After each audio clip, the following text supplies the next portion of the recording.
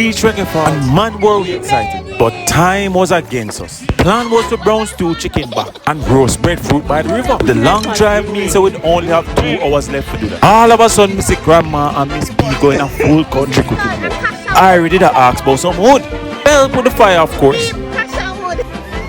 In no time, Miss P and Grandma had the fire blazing, and Irie decided to start the fire for the breadfruit. Don't know where Irie get so much coconut shell from, but it come in very handy. Chicken's back start get cut up. Man was sell by the river bring Irie some wood. All of us was in a mad rush. When all of us speed up things, Irie bring some kerosene oil. She start the fire and dash the kerosene oil. And look how she make a mad rush. Shelly and sister cousin-in-law, now knowing me, you know, I have to play my part. Decide to help wash the chicken. Unbeknownst to me, the catch man a lean rock under the water and the pot turn over. Somebody I try set me up and make me look bad. No, I just decided to make her just do something else. Breadfruit was roasted. Mommy's P was doing an excellent job. I was playing my part by carrying some branches.